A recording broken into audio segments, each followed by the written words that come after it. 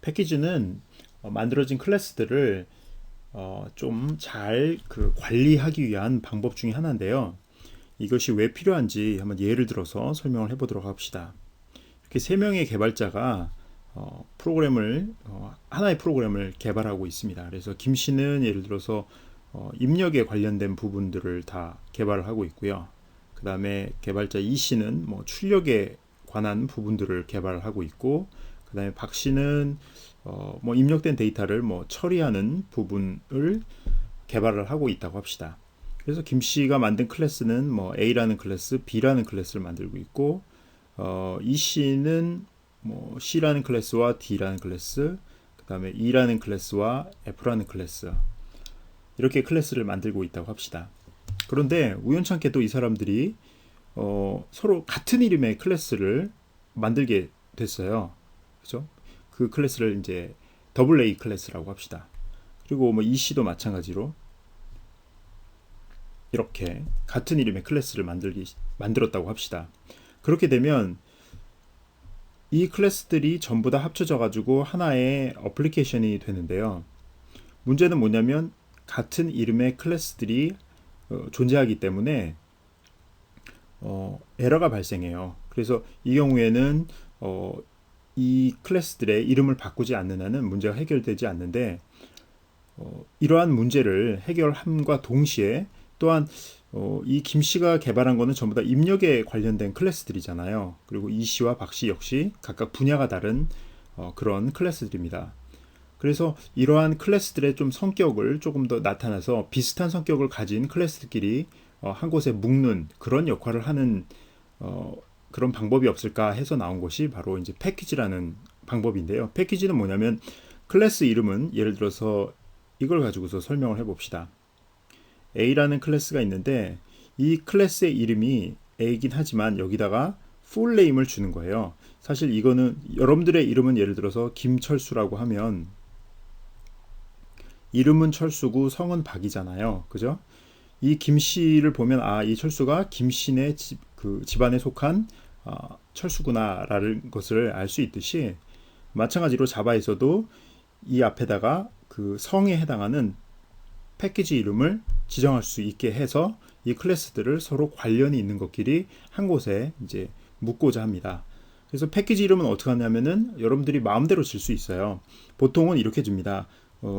예를 들어서 우리가 이게 인천대학교에서 개발한 클래스다라고 하면은 한국에 있는 인천대학교, 한국에 있는 KR이라고 쓰고 점을 찍고, 그 다음에 우리가 대학교니까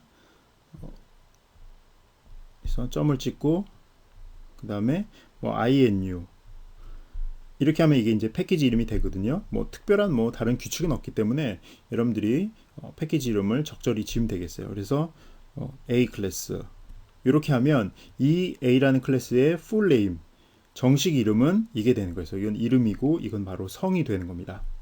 그래서 이러한 패키지라는 기능을 이용을 해가지고 방법을 이용해서 이 개발자 김 씨는 입력에 대한 이제 클래스들을 개발했으니까 이것들을 하나의 패키지로 묶는 겁니다. 그래서 어떻게 묶냐면은 예를 들어서 이거는 뭐 회사에서 만들었으니까 뭐 컴퍼니용이고, 그 다음에 입력이니까 뭐 인풋에 해당하는 것들이고, 그 다음에 여기다가 실제 클래스 이름을 다 써주면 돼요.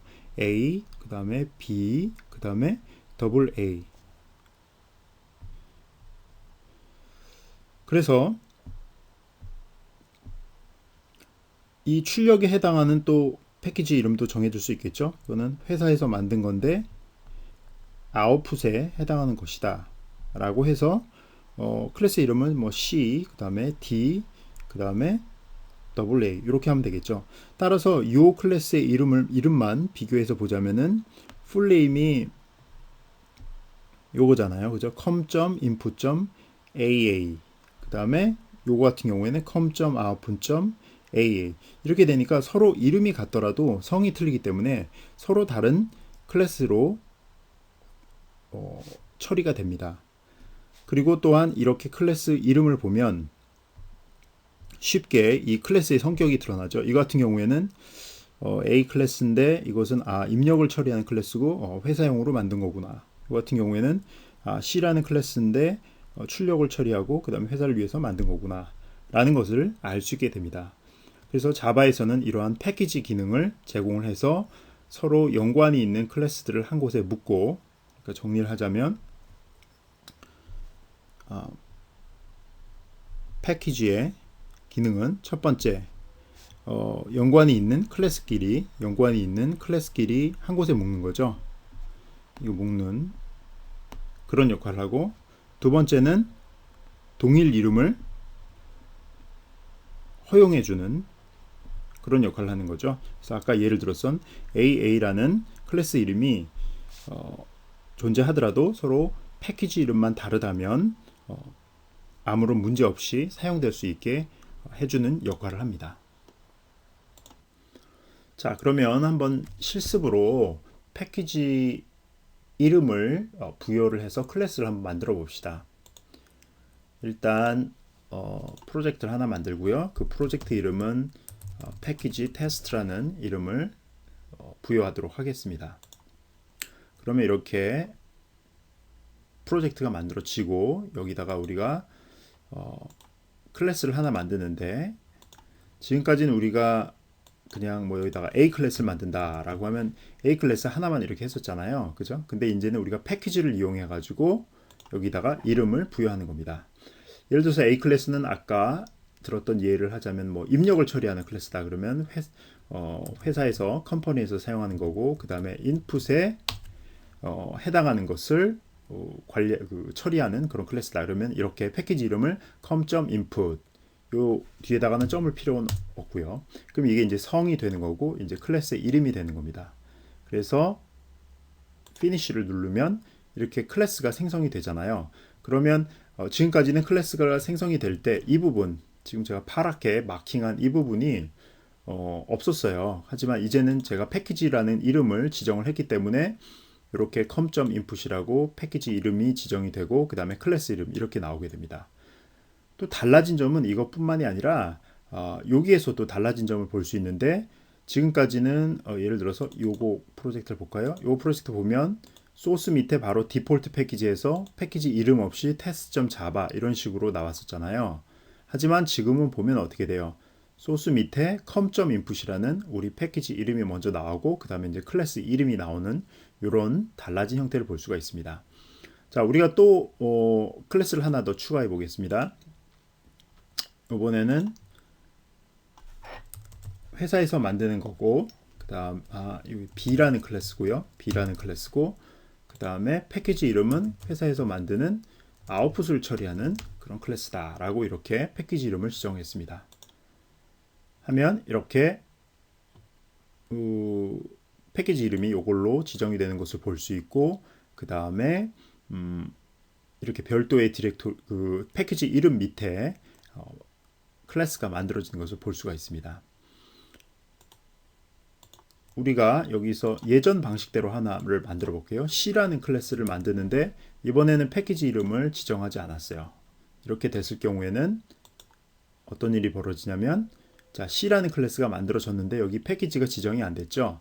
여기 보면 소스 디렉토리 밑에 디폴트 패키지, 즉 패키지가 이름이 지정되지 않으면 디폴트 패키지가 되는 거예요. 예, 자동적으로 그냥 이름이 지정되지 않은 것들은 전부 다 디폴트라고 하는데, 이렇게 해서 클래스 3개가 만들어졌습니다.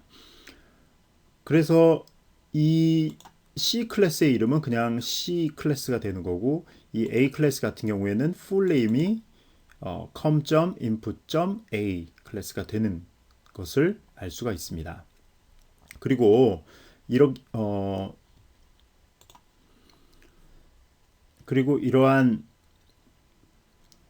패키지는 단순히 그냥 이름만 지정하는 거와 뿐만이 아니라 또한 이 디렉토리, 이 클래스가 저장되는 디렉토리에도 영향을 끼치게 되어 있습니다. 예를 들어서 아까 우리가 했던 A 클래스가 여기 있잖아요. A.java라고 해서 A 클래스가 있는데, 이것이 저장된 경로를 보면 input 밑에 com이라는, 그러니까 input 위에 com 디렉토리니까 그 다음에 소스 디렉토리 밑에 이렇게 저장이 되는 것을 볼 수가 있습니다. 그리고 아웃풋 디렉토리 가보면 B 클래스가 있죠. 따라서 B 클래스의 패키지 이름은 뭐였어요? 컴 밑에 아웃풋이었잖아요. 즉 패키지 이름을 보면 이 클래스가 저장되는 폴더, 즉 디렉토리의 구조를 알 수가 있습니다. 그래서 소스 디렉토리를 보면 우리가 이렇게 구성이 되는 것을 알 수 있고요. 그 다음에 아까 했던 C 클래스는 디폴트 패키지였죠. 즉 패키지 이름이 없는 것들은 바로 그냥 소스 디렉토리 밑에 나오는 것을 볼 수가 있습니다. 그러면 여기 나오는 바이너리 디렉토리는 뭡니까? 이 소스 자바 클래스가 컴파일이 되면은 클래스 파일로 바뀌는데 그 결과물은 이 빈 디렉토리 밑에 있게 됩니다. 이거는 바이너리 약자인데요.